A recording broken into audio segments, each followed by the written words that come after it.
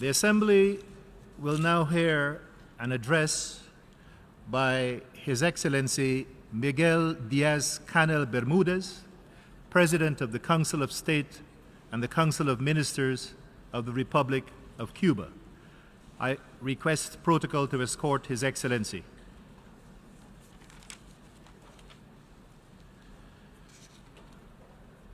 On behalf of the General Assembly, I have the honor to welcome to the United Nations His Excellency Miguel Díaz-Canel Bermúdez, President of the Council of State and the Council of Ministers of the Republic of Cuba, and to invite him to address the Assembly.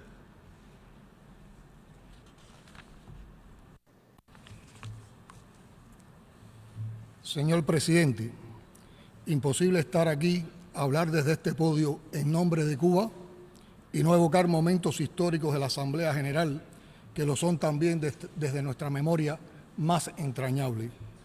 Fidel Castro, Ernesto Guevara, Raúl Castro Ruz y el canciller de la dignidad, Raúl Roa, por solo citar los más trascendentes, trajeron hasta aquí no solo la voz de nuestro pueblo, sino la de otros pueblos latinoamericanos y caribeños, africanos, asiáticos, no alineados, con los que hemos compartido más de medio siglo de batalla por un orden internacional justo que aún está lejos de alcanzarse. Es absurdo, pero coherente con la irracionalidad de un mundo en el que el 0,7% más rico de la población puede apropiarse del 46% de toda la riqueza, mientras el 70% más pobre solo accede al 2,7% de la misma. 3.460 millones de seres humanos sobreviven en la pobreza, 821 millones padecen hambre, 758 millones son analfabetos y 844 millones carecen de servicios básicos de agua potable. Cifras todas, por cierto, que elaboran y manipulan habitualmente los organismos globales, pero que al parecer aún no alcanzan a movilizar suficientemente la conciencia de la llamada comunidad internacional. Señor Presidente, esas realidades no son frutos del socialismo, como el presidente de los Estados Unidos afirmó ayer en esta sala. Son consecuencia del capitalismo, especialmente del imperialismo y el neoliberalismo, del egoísmo y la exclusión que acompaña este sistema y de un paradigma económico, político, social y cultural que privilegia la acumulación de riqueza en pocas manos a costa de la explotación y miseria de las grandes mayorías. El capitalismo afianzó el colonialismo, con él nació el fascismo, el terrorismo y el apartheid. Se extendieron las guerras y conflictos, los quebrantamientos de la soberanía y la libre determinación de los pueblos, la represión de los trabajadores, las minorías, los refugiados y los migrantes. Es opuesto a la solidaridad y a la participación democrática. Los patrones de producción y consumo que le caracterizan promueven el saqueo, el militarismo, amenazan a la paz, generan violaciones de los derechos humanos y constituyen el mayor peligro para el equilibrio ecológico del planeta y la sobrevivencia de los seres humanos. Que nadie nos engañe aduciendo que la humanidad no cuenta con recursos materiales, financieros y tecnológicos suficientes para erradicar la pobreza, el hambre, las enfermedades prevenibles y otros flagelos. Lo que no existe es la voluntad política de los países industrializados, quienes tienen el deber moral, la responsabilidad histórica y recursos abundantes para resolver los problemas globales más apremiantes. La verdad es que al mismo tiempo que se alega insuficiencia de fondos para cumplir los objetivos y metas de la Agenda 2030 o enfrentar el creciente impacto del cambio climático, en el año 2017 se derrocharon en gastos militares 1,74 billones de dólares, la cifra más alta desde el fin de la Guerra Fría. El cambio climático es otra realidad ineludible y una cuestión de supervivencia para la especie humana, en particular para los pequeños estados insulares en desarrollo. Algunos de sus efectos son ya irreversibles. La evidencia científica indica un aumento de 1,1 grados Celsius respecto al periodo preindustrial y que 9 de cada 10 personas respiran aire contaminado. Sin embargo, Estados Unidos, uno de los principales contaminantes de ayer y de hoy, rechaza acompañar a la comunidad internacional en el cumplimiento del Acuerdo de París sobre cambio climático. Compromete así la vida misma de las generaciones futuras y la supervivencia de las especies, incluida la humana. Más aún, como si no sobraran las amenazas sobre la humanidad y sus deslumbrantes creaciones, es un hecho que se perpetúa y expande el hegemonismo militar y nuclear, en detrimento de la aspiración mayoritaria de los pueblos a un desarme general y completo, ideal que Cuba comparte, y como prueba de su compromiso con este objetivo, el 31 de enero pasado se convirtió en el quinto Estado en ratificar el Tratado sobre Prohibición de las Armas Nucleares. En esta institución, que nació de la voluntad de superar la destrucción dejada por una guerra terrible con el diálogo entre las naciones, no es posible callar el peligro que se cierne sobre todos con la exacerbación de conflictos locales, guerras de agresión disfrazadas de intervenciones humanitarias, derrocamiento por la fuerza de gobiernos soberanos, los denominados golpes suaves y la intervención en los asuntos internos de otros estados, formas recurrentes de actuación de algunas potencias con los más diversos pretextos. La cooperación internacional para la promoción y protección de todos los derechos humanos para todos es un imperativo, pero su manipulación discriminatoria y selectiva con pretensiones de dominación viola los derechos a la paz, a la libre determinación y al desarrollo de los pueblos. Cuba rechaza la militarización del espacio ultraterrestre y del ciberespacio, así como el empleo encubierto e ilegal de las tecnologías de la información y las comunicaciones para agredir a otros estados. El ejercicio del multilateralismo y el respeto pleno a los principios y normas del derecho internacional para avanzar hacia un mundo multipolar, democrático y equitativo son requerimientos para garantizar la convivencia pacífica, preservar la paz y seguridad internacionales y encontrar soluciones duraderas a los problemas sistémicos. Contra esa lógica, el uso de la amenaza y de la fuerza, el unilateralismo, las presiones, represalias y sanciones que caracterizan de modo cada vez más frecuente la conducta y la retórica del gobierno estadounidense y su uso abusivo del veto en el Consejo de Seguridad para imponer su agenda política, plantean enormes desafíos y amenazas dentro de las propias Naciones Unidas. ¿Por qué no acabamos de concretar el prometido fortalecimiento de la Asamblea General como principal órgano de deliberación, decisión y representación? No debe retardarse ni impedirse la reforma del Consejo de Seguridad, urgida de ajustarse a los tiempos, democratizando su composición y métodos de trabajo.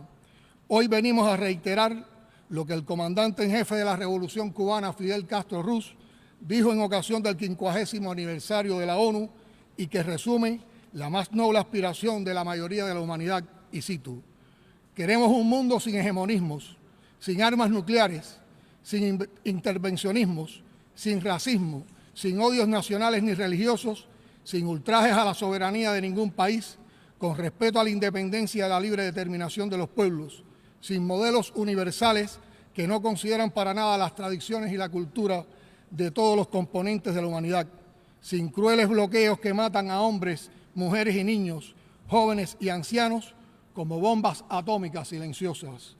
Han pasado ya más de 20 años de esa demanda y ninguno de aquellos males ha tenido cura. Más bien, han empeorado.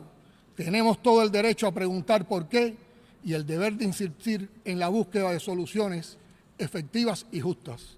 Señor presidente, nuestra América es hoy escenario de persistentes amenazas incompatibles con la proclama de América Latina y el Caribe como zona de paz, firmada en La Habana por los jefes de Estado y de Gobierno en 2014, en ocasión de la segunda cumbre de la Comunidad de Estados Latinoamericanos y Caribeños. La actual administración estadounidense ha proclamado la vigencia de la doctrina Monroe y en un nuevo despliegue de su política imperial en la región, ataca con especial saña a Venezuela. En ese amenazador contexto, queremos reiterar nuestro absoluto respaldo a la revolución bolivariana y chavista, a la unión cívico-militar del pueblo venezolano y a su gobierno legítimo y democrático, conducido por el presidente constitucional Nicolás Maduro Moros. Rechazamos los intentos de intervención y las sanciones contra Venezuela que buscan asfixiarla económicamente y dañar a las familias venezolanas. Repudiamos los llamados a aislar a esa nación soberana que no hace daño a nadie. Rechazamos igualmente los intentos de desestabilizar al gobierno de Nicaragua, un país de paz y donde se han conseguido notables avances sociales, económicos y de seguridad ciudadana en favor de su pueblo. Denunciamos el encarcelamiento con fines políticos del expresidente Luis Ignacio Lula da Silva y la decisión de impedir al pueblo votar y elegir a la presidencia al líder más popular de Brasil. Nos solidarizamos con las naciones del Caribe que solicitan legítima reparación por las horrorosas secuelas de la esclavitud, así como el trato justo, especial y diferenciado que merecen. Reafirmamos nuestro compromiso histórico con la libre determinación y la independencia del hermano pueblo de Puerto Rico. Apoyamos el legítimo reclamo de soberanía de Argentina sobre las Islas Malvinas, Sandwich del Sur y Georgia del Sur. Reiteramos el apoyo irrestricto a una solución amplia, justa y duradera para el conflicto israelo-palestino sobre la base de la creación de dos estados que permita al pueblo palestino ejercer el derecho a la libre determinación y a disponer de un estado independiente y soberano en las fronteras anteriores a 1967, con Jerusalén Oriental como su capital. Rechazamos la acción unilateral de Estados Unidos de establecer su representación diplomática en la ciudad de Jerusalén, lo que agudiza aún más las tensiones en la región. Condenamos la barbarie de las fuerzas israelíes contra la población civil en Gaza. Reafirmamos nuestra invariable solidaridad con el pueblo saharaui y el apoyo a la búsqueda de una respuesta definitiva a la cuestión del Sáhara Occidental que le permite el ejercicio del derecho a la autodeterminación y a vivir en paz en su territorio. Apoyamos la búsqueda de una solución pacífica y negociada a la situación impuesta a Siria sin injerencia externa y con pleno respeto a su soberanía e integridad territorial.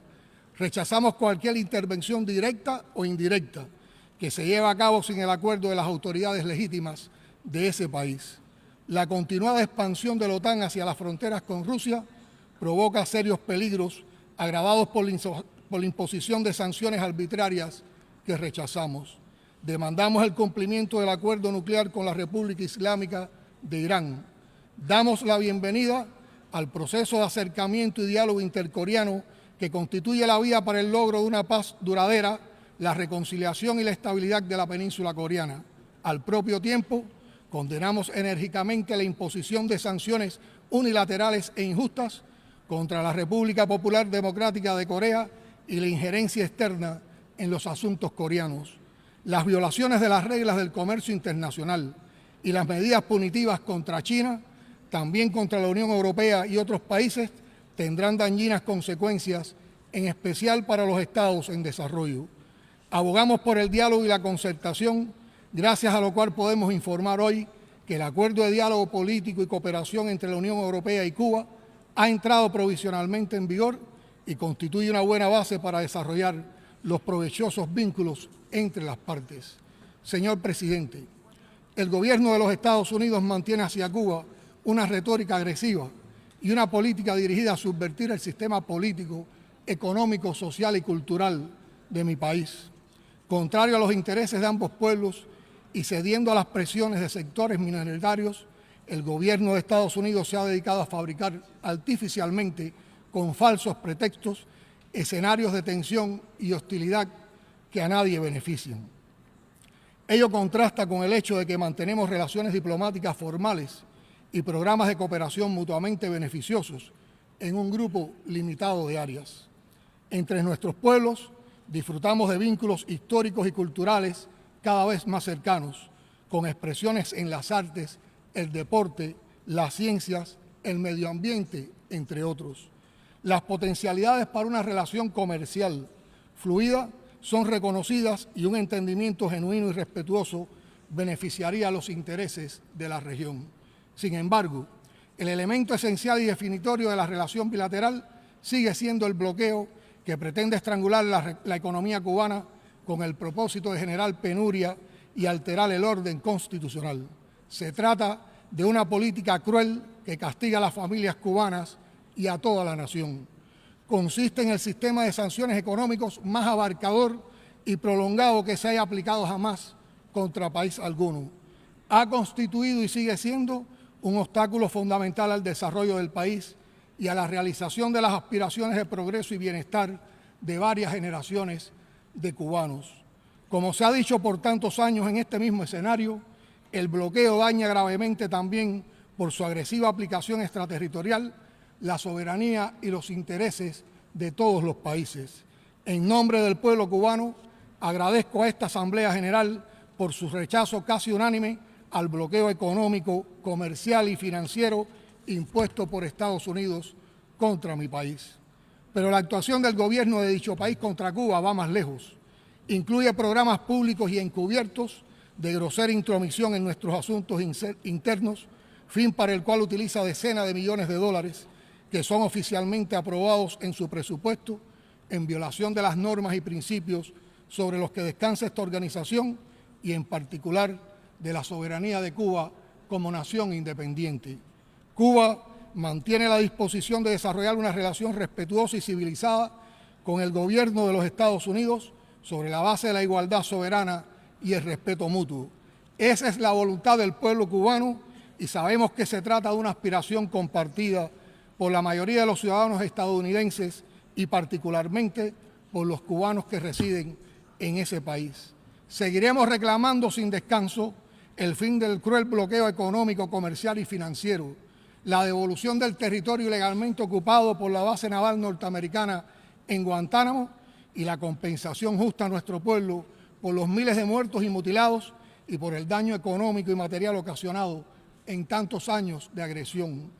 Cuba siempre estará dispuesta a dialogar y a cooperar desde el respeto y el trato entre iguales.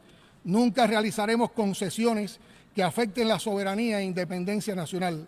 No negociaremos nuestros principios ni aceptaremos condicionamientos. A pesar del bloqueo, la hostilidad y las acciones que ejecuta Estados Unidos para imponer un cambio de régimen en Cuba, aquí está la revolución cubana, viva y pujante, fiel a sus principios. Señor presidente, el cambio generacional en nuestro gobierno no debe ilusionar a los adversarios de la revolución. Somos la continuidad, no la ruptura. Cuba ha proseguido dando pasos para perfeccionar su modelo de desarrollo económico y social con el objetivo de construir una nación soberana, independiente, socialista, democrática, próspera y sostenible. Ese es el camino que escogimos libremente. El pueblo cubano jamás regresará al pasado oprobioso del que se liberó con los mayores sacrificios durante 150 años de lucha por la independencia y la dignidad plena. Por decisión de la abrumadora mayoría de las cubanas y los cubanos, daremos continuidad a la obra emprendida casi 60 años atrás. Con esa convicción, comenzamos un proceso de reforma de la Constitución, ejercicio genuinamente participativo y democrático, mediante discusión popular del proyecto que se aprobará finalmente en referendo. Tengo la convicción de que no habrá cambios en nuestros objetivos estratégicos y que el carácter irrevocable del socialismo será ratificado. Los principios de nuestra política exterior permanecerán inalterables, como expresara el primer secretario de nuestro partido, Raúl Castro Ruz, en su intervención en ocasión del 70 aniversario de la Organización de las Naciones Unidas, y cito, podrá contar siempre la comunidad internacional con la sincera voz de Cuba frente a la injusticia, la desigualdad, el subdesarrollo, la discriminación y la manipulación y por el establecimiento de un orden internacional más justo y equitativo en cuyo centro se ubique realmente el ser humano, su dignidad y bienestar. La Cuba en nombre de la cual hablo hoy es orgullosa continuadora de esa política independiente, soberana, fraternal y solidaria con los pobres de la tierra, productores de toda la riqueza del planeta, aunque el injusto orden global los castigue con la miseria, en nombre de palabras como democracia, libertad y derechos humanos que los poderosos en la realidad han vaciado de contenido. Ha sido emocionante hablar en la misma tribuna donde hace hoy 58 años atrás Fidel expresó verdades tan poderosas que todavía nos estremecen frente a los representantes de las más de 190 naciones que, rechazando chantajes y presiones, cada año llenan la pizarra de votaciones de dignos símbolos verdes de aprobación a nuestra demanda de fin de bloqueo. Me despido con la esperanza de que las nobles aspiraciones de la mayoría de la humanidad terminen por realizarse antes de que nuevas generaciones vengan a ocupar este podio, reclamando lo mismo que hoy reclamamos nosotros y ayer reclamaron nuestros históricos predecesores. Muchas gracias.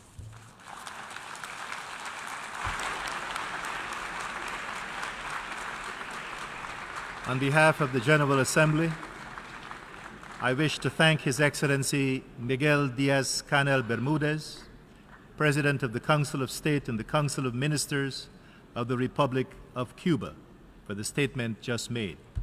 May I request representatives to remain seated while we greet the head of state.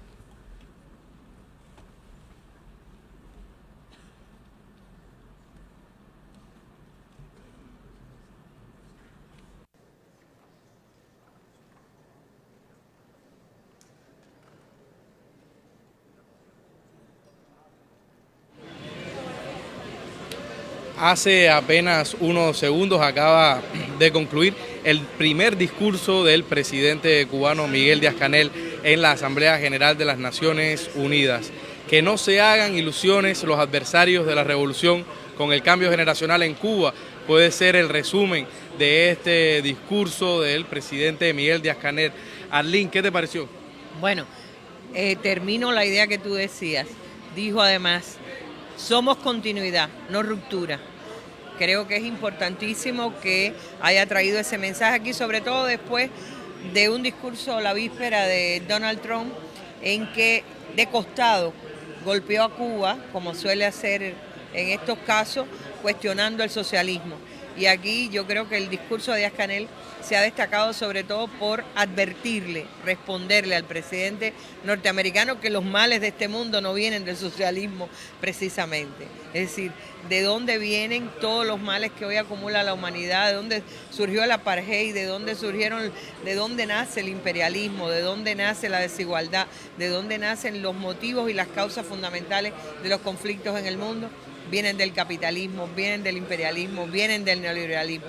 Creo que fue una respuesta muy clara y además aclarando que está discutiéndose hoy en Cuba el proyecto de constitución y él está seguro, es decir, lo dice, estoy convencido de que nuestro pueblo aprobará la irrevocabilidad del socialismo como sistema, porque es la que le ha permitido, yo no diría solo construir una sociedad independiente, soberana, solidaria, como él la destacaba, sino que le ha permitido sobrevivir al asedio y a la agresión más criminal y prolongada en la historia de la humanidad, lo dijo él aludiendo al bloqueo. Y un asedio que se ha fortalecido durante esta administración, la administración del presidente Donald Trump, y contradictoriamente, a pesar de la agresión a la que está sometida Cuba, de las limitaciones para acceder a las tecnologías, sobre todo a las tecnologías de punta en el mercado mundial y en el de los Estados Unidos, una de las grandes potencias sin dudas. La noticia de esta mañana, aquí dándole la vuelta a la sala de prensa y también en los medios cubanos y estadounidenses, era la buena nueva de que se ha creado un proyecto conjunto en el campo de la biotecnología entre el Centro Roswell Park y algunas de las industrias de la biofarmacéutica cubana para traer hacia los Estados Unidos, ya después del fin de las pruebas clínicas, traer la vacuna contra el cáncer y otras terapias. Es decir, Cuba salvará vidas en los Estados Unidos a pesar de estar bloqueada. Creo que no hay mejor ejemplo que este mismo que se ha dado hoy en día para entender cuánto beneficio tienen por delante ambos pueblos en caso de que se restablezcan las relaciones. Este acuerdo que trataremos también de llevarle a nuestros seguidores en Cuba y en el resto del mundo, cómo se logró, cómo se llegó a lograr, no cabe duda que fue mucho trabajo, lo dijo el gobernador Andrew Cuomo a la hora de anunciarlo en Búfalo, y lo dijo también la directora del Roswell Park, que es el centro estadounidense, que es la contraparte cubana. Ha sido muy difícil, pero ha valido la pena. Tiene que ser a contramarea, a contraviento de las propias leyes de los Estados Unidos. El Roswell Park tuvo que pasar varios meses tratando de encontrar los permisos del centro que gestiona los medicamentos en los Estados Unidos para que le permitiera entrar la vacuna Sinovac ya aprobada en otros lugares e incluso del primer mundo para establecer una prueba clínica, y es ahora en una segunda etapa que se da un paso más allá para introducirla de manera masiva. Pero hay otros casos, Arlene, en el mismo del Everprop P, que podría curar o evitar cerca de 40.000 amputaciones que se llevan a cabo en Estados Unidos todos los años, que todavía no han logrado materializarse, aunque están en negociaciones. Creo que es una muestra directa de cómo el bloqueo entorpece lo que debería ser un espacio natural de intercambio y de mutuo beneficio entre Estados Unidos y Cuba, que están apenas a 90 millas de distancia. Este discurso del presidente Miguel Díaz-Canel, al mismo tiempo que establece una política de principios, creo, no sé si compartes mi impresión, que también reafirma la voluntad de Cuba de mantener un diálogo, siempre que sea de manera respetuosa con los Estados Unidos y en condición de igualdad, que es una posición que defendió el propio Fidel Castro en el momento en que se rompieron las relaciones. Es decir, desde enero de 1961 la posición es la misma. Dialogamos con cualquier administración norteamericana siempre que se respete la soberanía de Cuba y que sea un diálogo entre iguales. Lo que sucede es que, y especialmente esta administración, parece no estar dispuesta a hablar en calidad de iguales ni siquiera con sus antiguos aliados. No, y yo creo que negándose a escuchar a sus mayorías, porque como decía Díaz-Canel, y a mí me parece importante marcarlo, lo ha marcado Fidel, lo marcó Fidel históricamente, que no es lo mismo el pueblo que la administración norteamericana. Es decir, la voluntad de la mayoría del pueblo norteamericano es eso, es producir noticias como esa, de que se trabaja conjuntamente para producir aquí, para utilizar aquí la vacuna contra el cáncer de pulmón o otras muchas cosas, como decía el propio Díaz-Canel, a pesar de esa situación de agresividad del gobierno de Trump contra Cuba, se mantienen las relaciones diplomáticas. Recordemos que están clausurados los servicios consulares para los cubanos y la embajada se encuentra en un estado prácticamente de emergencia o declarado como emergencia con el personal básico. Aún así, situación parecida tiene nuestra embajada en Washington aquí. Pero la hemos mantenido. Exactamente, yo creo que es una voluntad. Que el hecho de que se mantenga la embajada aquí es una prueba de que Cuba tiene una voluntad de diálogo. Cuba no ha reaccionado ciegamente diciendo me quitas a los diplomáticos y cierro la embajada. Creo que hay una expresión de la voluntad de Cuba de mantener ese diálogo, de mantener esa relación histórica de todo lo que nos une, pero al mismo tiempo la continuidad. Y Díaz-Canel recordaba emocionado que en ese podio pronunció un discurso histórico hace exactamente 58 años. Díaz-Canel tenía 5 meses de nacido cuando Fidel estremeció la Asamblea General de Naciones Unidas un 26 de septiembre de 1960. El dato que aporta Jarlín ilustra un poco también la realidad nacional, la realidad de las nuevas generaciones de los cubanos. Díaz-Canel habló con fuerza, lo decía al principio, del cambio generacional y lo que implica el cambio generacional en el liderazgo de la revolución. Aportas un dato interesante, cuando Fidel habló en las Naciones Unidas apenas tenía 5 meses de nacido el presidente. Sin embargo, al asumir las riendas del manejo del país, hereda una política de agresión que es la misma que hace esa cantidad de años. Efectivamente, que hay continuidad en las dos partes, es decir, hay continuidad de la revolución y hay continuidad en la guerra silenciosa. Hay momentos a lo largo de esa guerra contra Cuba que ha tenido todo tipo de picos y de mesetas. Ha habido momentos de acercamiento, como fue el más próximo de todo, que fue el que propició en el 2014, diciembre de 2014, la apertura de las embajadas. Y viene después este pico de agresividad que con todo tipo de pretexto, como decía Díaz-Canel, trata de horadar lo que se ha avanzado. Yo creo que, Sergio, hay que destacar el discurso de Díaz-Canel es un discurso para el mundo, para las Naciones Unidas, por supuesto, en torno a los lemas principales que convoca las Naciones Unidas sobre la necesidad de un mundo de diálogo y de entendimiento y de reforma también. Las Naciones Unidas está urgida de transformarse.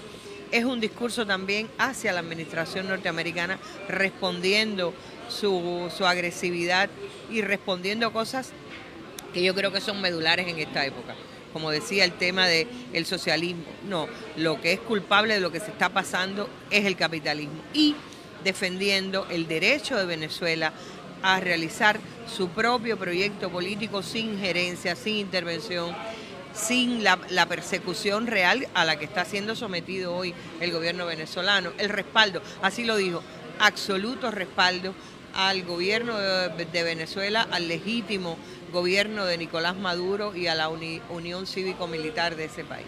Si alguien guardaba las esperanzas de que la voz de Cuba sonaría distinta en las Naciones Unidas, yo creo que ha salido decepcionado del discurso de Díaz-Canel. Fue un discurso abarcador, abordó muchos de los temas de política exterior y las posiciones de Cuba. Estamos hablando de Venezuela, pero también de los conflictos internacionales, de la situación en la península de Corea, del desarme, de la situación también de Rusia, es decir, habló de una serie de asuntos del militarismo y la amenaza y de que avance también la confrontación entre las grandes potencias. Lo criticó de manera fuerte, la amenaza que se cierne sobre nuestro planeta, y creo que se notó sobre todo eso que dice Arlene, una continuidad. Son posiciones, son valores, son principios que Cuba ha defendido durante los últimos 50 años y que no cambian porque haya cambiado la administración o el gobierno actual y en un proceso de renovación generacional. Quería completar también una idea de que sí, fue un discurso también para la administración norteamericana y creo que también un discurso para el pueblo cubano que lo está siguiendo de manera masiva, un pueblo que está enfrascado, como tú decías, en un proceso de debate sobre su propia constitución y que tiene ahora también como referente en ese debate el discurso de su presidente en la Asamblea Nacional y la confianza ratificada en este caso de que no se ha bajado ninguna bandera, aunque vivamos en una época donde ya no está de moda alzar las banderas que en otra época marcaron el mundo. Pero fíjate, los cubanos hemos tenido, y de hecho Cuba Debate y el propio Dominio Cuba y todas las plataformas nuestras, Granma, Juventud Rebelde, la radio, etcétera, han estado recordando aquel histórico discurso de Fidel del año 60, que yo resumiría en una frase: cese la filosofía del despojo y cesará la filosofía de la guerra. Es decir, las guerras terminarán cuando terminen de saquear a los pueblos, cuando cese el saqueo de nuestros pueblos. Yo creo que eso que hemos estado recordando durante todo este día de significativa memoria de lo que fue el paso de Fidel con todas las verdades que dijo aquí, alcanza su punto culminante con la manera en que cierra Díaz-Canel su discurso, diciendo: me despido con la esperanza de que no demore mucho en que se resuelvan estos problemas que Fidel demandó hace 58 años y todavía están por resolverse. Dice que las próximas generaciones lleguen aquí y no lleguen pidiendo lo mismo que estamos pidiendo nosotros hoy. Ojo, porque de las continuidades buenas, que es la continuidad de un proceso revolucionario, de las continuidades malas, que es la continuidad de una política reaccionaria, hay también una continuidad de los males de la humanidad. Y es así, y nos despedimos hasta una próxima oportunidad de poder analizar las actividades colaterales. El presidente irá o tiene dentro de su agenda visitar el barrio de Harlem, que está a pocos kilómetros de Manhattan, en la propia isla de Manhattan, pero que parece otro planeta. Arlene, tuvimos la oportunidad de visitarlo, de conocer el Hotel Teresa antes de que el presidente viajara, y uno realmente siente como que cambia de mundo. Hay otra realidad, hay otro Nueva York dentro de Manhattan, y eso es algo que a veces se pierde también de vista. Otra cosa o no se ve desde la Trump Tower también. Pero decía, es otra cosa que no cambia, es decir, la pobreza de los barrios, ese mundo, ese tercer mundo que habita dentro de los Estados Unidos. Fidel aludía a eso en el año 2000 cuando estuvo aquí para la Cumbre del Milenio. Y decía, cuando ofreció más de 250 becas para estudiar medicina en Cuba de las que se han concretado casi 200, 170, sí. Iba la cuenta de estudiantes estadounidenses de bajos recursos. Y él decía, hay un pedazo de tercer mundo aquí, y a ese se abrieron las puertas, se han graduado, como tú decías, 170 ya estudiantes de ciencias médicas, y hay otros tantos estudiando en estos momentos en Cuba. Y él recordaba que ahí había un tercer mundo. Estoy hablando del año 2000, pero en el año 60 seguro también lo vivió. Es decir, el lugar donde habita la gente que produce la riqueza de este país. Y ahí aludo a otra frase de Díaz-Canel que decía: con los pobres de la tierra seguirá Cuba, con los que producen la riqueza pero le tocan las miserias. Y a eso entonces irá el presidente, a encontrarse con En la esas iglesia personas que no universal. olvidan a Cuba, ni olvidan a Fidel, ni olvidan a Malcolm X, y ahí están también esperando por el presidente cubano. Eso iba a decir, en la iglesia Riverside Church, que es una iglesia también con una historia tremenda. Ahí estuvo 2 veces Fidel, ahí han estado líderes de la talla de Martin Luther King y de Nelson Mandela. Y bueno, esta noche se espera que sea el acto, digamos, de acogida de ese barrio que sigue siendo naturalmente solidario con el pueblo cubano. Es mutuo, creo que es un cariño mutuo y que le vuelve a ratificar la continuidad y también la significación de este 26 de septiembre, Día Mundial contra las Armas o por Contra el la proliferación de las armas nucleares. Exactamente, y día que para nosotros los cubanos siempre tendrá un especial significado. Hemos llegado hasta ustedes en una alianza de la prensa cubana, sin dudas, de la Unión de Periodistas de Cuba, de la Mesa Redonda, de Cuba Debate, de Dominio Cuba, pero también está presente la Universidad de las Ciencias Informáticas, que ha garantizado estas transmisiones dentro de lo que se puede lograr, digamos, entre la posibilidad también de los cubanos de acceder a estos espacios, pero Ahora está falta también... que haya inglés, ¿no? Entonces, ¿quién colabora y nos traduce para Lo hemos estado intentando también de llevar contenidos en inglés para el público estadounidense que no tiene esa variedad de información, pero está también el ICRT, aquí los editores, está el Instituto Superior de Diseño, que ha colaborado en darle una imagen distinta, en una imagen moderna, una imagen atractiva a los contenidos de nuestra política que no pasa de moda. Arlene, la política cubana, cuando la política se ancla en principio, no tiene que pasar de moda, pero quizás hay que darle una cara diferente para que llegue a las nuevas generaciones y a los nuevos públicos, y ese es el objetivo de Dominio Cuba, también poder llegarle a todos los que guardan de una u otra manera los mismos principios y valores que defendió nuestro presidente en la ONU, y nos despedimos hasta una próxima transmisión. Hasta una próxima transmisión.